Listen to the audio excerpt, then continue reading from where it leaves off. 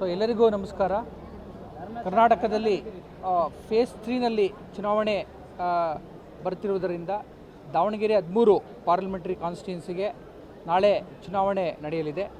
ಈ ದಿವಸ ನಮ್ಮ 8 ಅಸೆಂಬ್ಲಿ ಕಾನ್ಸ್ಟಿಟ್ಯೂನ್ಸಿಲೂ ಕೂಡ ಮಸ್ಟರಿಂಗ್ ಪ್ರಕ್ರಿಯೆ ಬಹಳ ಚುರುಕಾಗಿ ಬಹಳ ಸಮಗ್ರವಾಗಿ ಪ್ರಾರಂಭ ಆಗಿದೆ.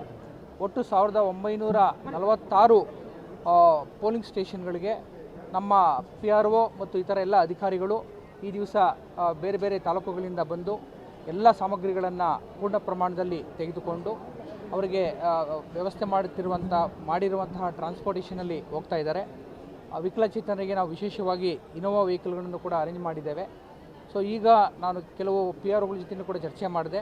ಅವರಿಗೆ ಪೂರ್ಣ ಪ್ರಮಾಣದಲ್ಲಿ ತರಬೇತಿಯಾಗಿದ್ದು ಸ್ಟ್ಯಾಟ್ಯುಟರಿ ಕವರ್ಸ್ ಯಾವುದು, ನಾನ್ ಸ್ಟ್ಯಾಟ್ಯುಟರಿ ಕವರ್ಸ್ ಯಾವುದು, EVM ಮಿಷಿನ್ಗಳನ್ನು ಯಾವ ರೀತಿ ನಿರ್ವಹಣೆ ಮಾಡಬೇಕು ಎಂಬುದರ ಬಗ್ಗೆ ಪೂರ್ಣ ಪ್ರಮಾಣದಲ್ಲಿ ತಯಾರಿಯಾಗಿದೆ. ಈ ದಿವಸ ಬೆಳಗ್ಗೆ 10 ಗಂಟೆಯಿಂದಲೇ ಎಲ್ಲ ಕೇಂದ್ರಗಳಲ್ಲೂ ಕೂಡ 8 ಅಸೆಂಬ್ಲಿ ಕಾನ್ಸ್ಟಿಟ್ಯೂನ್ಸಿನಲ್ಲಿ ಮಸ್ಟರಿಂಗ್ ಪ್ರಕ್ರಿಯೆ ಪ್ರಾರಂಭ ಆಗಿ ಸಂಜೆ 4 ಗಂಟೆ ಒಳಗಡೆ ಅವರೆಲ್ಲರೂ ಕೂಡ ತಮ್ಮ ತಮ್ಮ ಮತಗಟ್ಟೆಗಳಿಗೆ ಅವರು ಹೋಗಿ ಸೇರ್ತಾರೆ. ಮತ್ತು ಉಳಿದ ನಮ್ಮ ರಿಸರ್ವ್ ಸ್ಟಾಫ್ಸ್ ಏನಿರ್ತಾರೆ ಅವ್ರನ್ನೂ ಕೂಡ ನಮ್ಮ ಚುನಾವಣೆ ಪ್ರಕ್ರಿಯೆಯಲ್ಲಿ ನಾವು ಉಪಯೋಗಿಸ್ಕೊಳ್ತಾ ಇದ್ದೇವೆ. ಸೊ ಒಟ್ಟಾರೆ ಹೇಳಬೇಕು ಅಂದರೆ ನಾಳೆ ನಡೆಯುವಂತಹ ಲೋಕಸಭಾ ಚುನಾವಣೆಗೆ ಎಲ್ಲ ರೀತಿಯಾದಂತಹ ಸಿದ್ಧತೆ ಆಗಿದ್ದಾವೆ. ನಾನು ಎಲ್ಲ ಮತದಾರರಲ್ಲಿ ಕೋರ್ಕೊಳ್ಳೋದೇನೆಂದರೆ ಹೆಚ್ಚಿನ ಸಂಖ್ಯೆಯಲ್ಲಿ ಮತಗಟ್ಟೆಗೆ ಬಂದು ತಮ್ಮ ಅಮೂಲ್ಯವಾದ ಮತವನ್ನು ಮುಕ್ತವಾಗಿ ಮತ್ತು ನ್ಯಾಯಸಮ್ಮತವಾಗಿ ಚಲಾವಣೆ ಮಾಡಬೇಕು ಅಂತ ಕೋರ್ಕೊಳ್ತಾ ಇದ್ದೇನೆ.